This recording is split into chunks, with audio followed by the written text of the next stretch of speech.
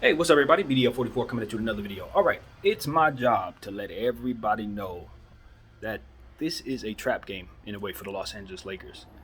We played the Atlanta Hawks tonight at the Crow, and they are coming in with players who may or may not play. It's a lot of them. Cam Reddish is questionable. Trae Young is questionable. John Collins is questionable. Bogdanovich is questionable. They have a lot of players. Jalen Johnson, who I couldn't remember his name in the video I was mentioning them, but he is also questionable. So this is a situation where the Hawks played in Sacramento and had like six players in double figures because they didn't have Trae Young out there and they were able to move the ball around. They didn't have him taking 100 shots. In my last video talking about the Hawks, that was one of the things I said. They need to find a way to condense their team to make more sense because Trae Young requires too much attention offensively for the players that they have to get in rhythm. Well, when he's not out there, they can get in rhythm. They can get players on the floor that can do things for them, and they have a facilitator down there. If they run him, he's going to get them easy looks. So they have a lot of talent. That's what I'm here to tell you.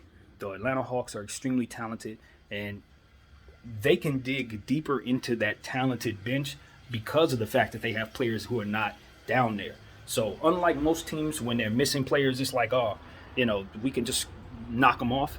With a team like the Hawks, that just gives other talented players who have been itching for an opportunity a chance to show what they can do. And a lot of times those players who are fully capable do take advantage of those circumstances. So this is one of them games. This is one of them games. And I think the Lakers would be very, very, very wise to come in and remember who they are. The Lakers are not a good team. We've been playing a lot of winning basketball against bad teams, and I think this is one of them situations where you listen to the odds makers, they're telling us we're a +3, and then they're talking about how the fact that they're not expected to have Trae Young. Well, Trae Young is questionable.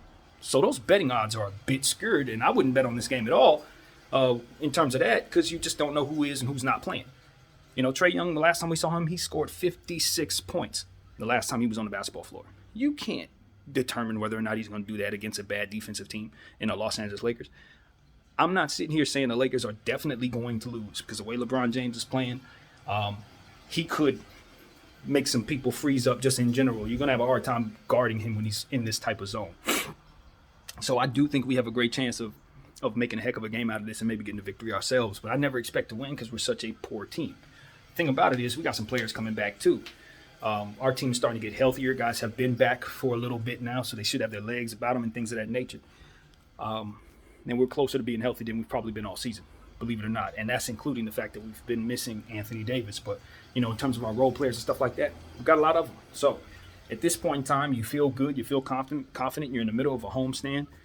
You've won the games that you've had at home. You just expect that a limping, Hawks team should come in and continue to struggle. I don't expect that. I do not expect that, especially if Trae Young's playing. But even in the event he's not playing, they're still a very dangerous basketball club with a lot of guys who can go off.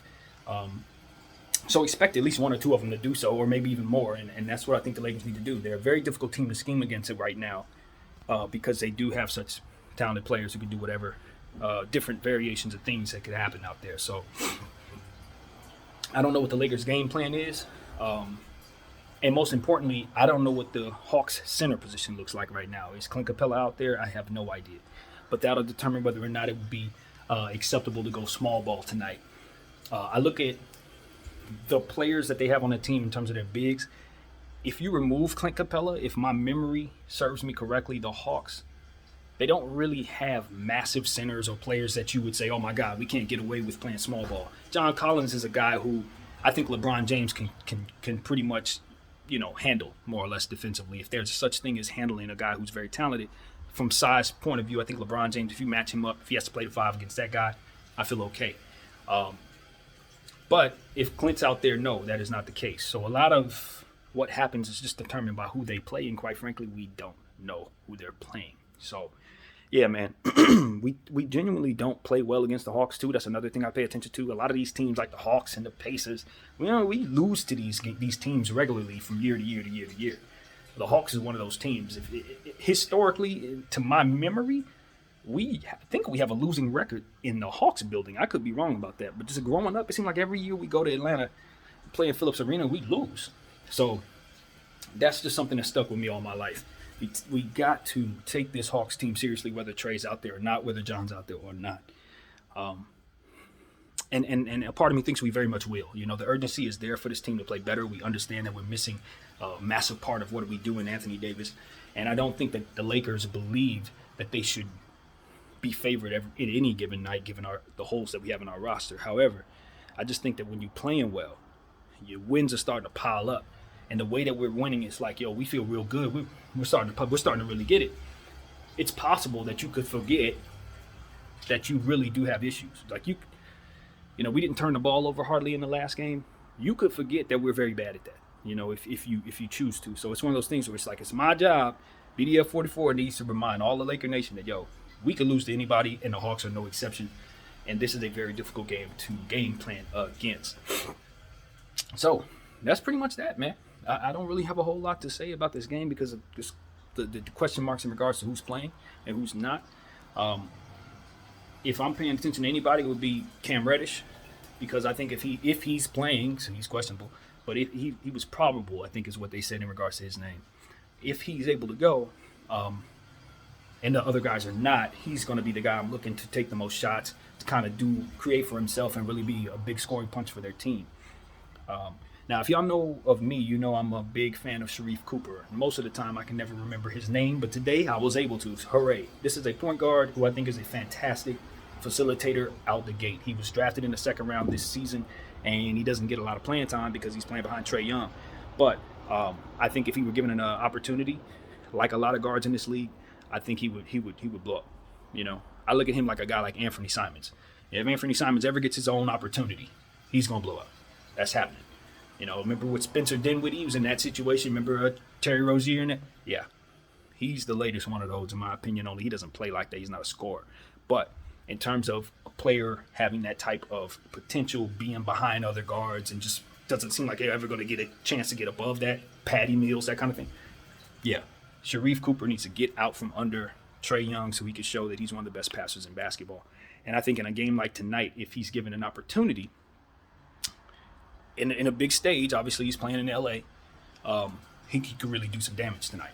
So I don't know if he'll get that opportunity. I don't know if he's questionable. He may be one of the players that's not available. I don't know. But I want to see him play. I'm excited about that kid going forward. If I'm a GM, I'm trying to get him out of Atlanta. I'm secretly getting him out of Atlanta.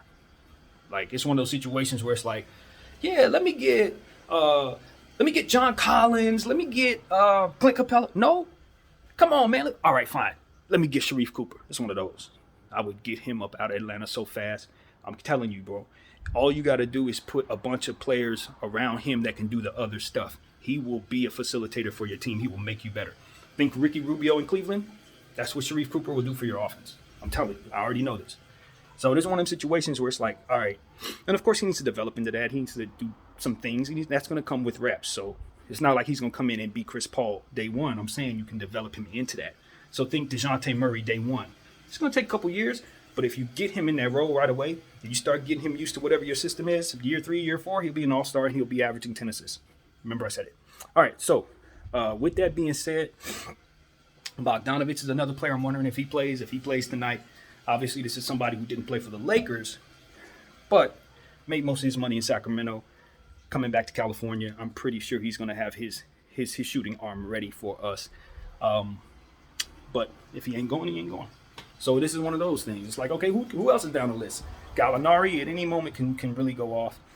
If I'm not mistaken, they still have Lou Williams rostered. I don't expect him to play very much, but if he is out there, who knows? So it's just one of those situations. When you're dealing with the Hawks, you do understand that they have depth. So they'll be ready for you, whether they have their full spectrum of players or not. Now, on our side, I want to see THT continue the momentum he's on. He's been doing a good job as of late. In terms of just making himself available to our team to not be a burden in any way. Him and Westbrook actually have had better games these last 2 games. So I think the return of Frank Vogel may actually have something to do with that. It's kind of stabilized some things a little bit. The team has made it an effort to kind of take care of the ball and try to balance out the mistakes that are just inevitably going to be coming from having Russell Westbrook rostered on our team. It is what it is. He did a great job of not turning over the ball at all in the previous game. I'm hopeful that can begin the start of a trend where his turnovers are down. But that's not his nature. His nature is to turn the ball over probably more than 4 times. So you just got to be able to account for that automatically. And I think the team has done a good job of that over the last 2 games. So that's what it is, man. Our identity as a team needs to be that of a bunch of guys who clean up after each other. I know that sounds crazy, but that's our recipe for success. The Lakers need to be thinking, I got to clean up the next guy's mistake. We have to get good at switching. We got to get good at team rebounding. We got to get good at 50-50 ball stuff, and that's not something you can get good at, but we need to be sharp as we can get. We need to be ready to set screens, stuff like that. Dirty work, because you don't have size. So, team rebounding is of the utmost importance. And just being smart, switching and stuff like that. I know we are getting better at that. Our team is getting much better. Stanley Johnson will be playing tonight. Hooray. Got him back for another 10 days at the very least. We put ourselves in a position to have a little bit more defense on the floor.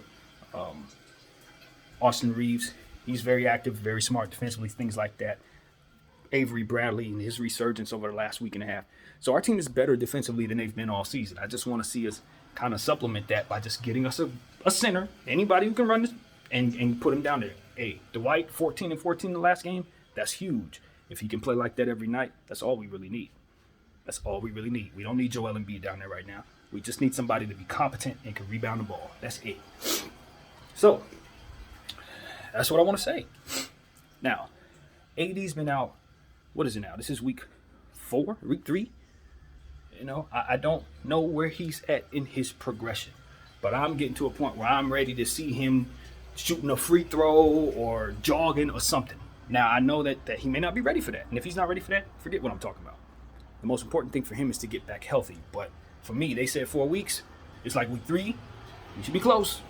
we should be close, and that's something I'm saying with the understanding that the Lakers are going to do what they're supposed to do and make sure that he comes back healthy. So same goes for Kendrick Nunn, even though that situation I have much less patience for.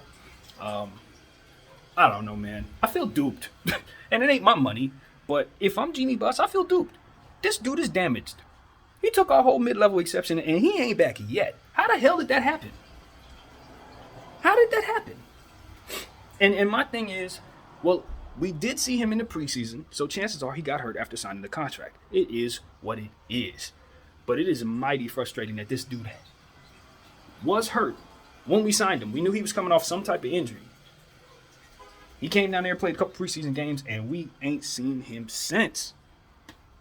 And that for a team that's limited in our roster situation, for a team that already has a lot of COVID protocol, we don't need to be giving $5 million mid-level exception to a guy we ain't seen half the damn season. So that was just a mistake. I don't know what else to say. Signing him was a big mistake, and we have got to undo that by getting his value somehow, or getting him back out there and doing what it is that we had envisioned for him to do. But I mean, every day he's sitting on the sidelines, and I'm like, there's our whole mid-level right there. Nah. We have got to figure that part out. Same thing goes with DJ and Bazemore. I hear we're trying to unload one of those contracts. DJ's the most important one, only because of cap implications. It's just a bad contract of the highest order. So we need to rid ourselves of that.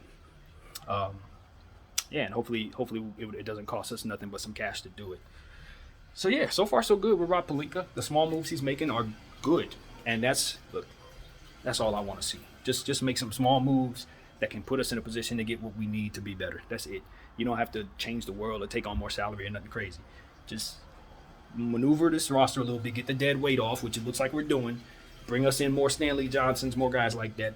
And I think this team will have enough to do what it is that it's meant to do. And that's go as far as it can go. I don't think we're better than Phoenix. I don't think we're better than Golden State. I know we're not better than the Nets. I don't think we're better than the Bucks. But at the end of the day, we put together this team, and I want to see what it can do.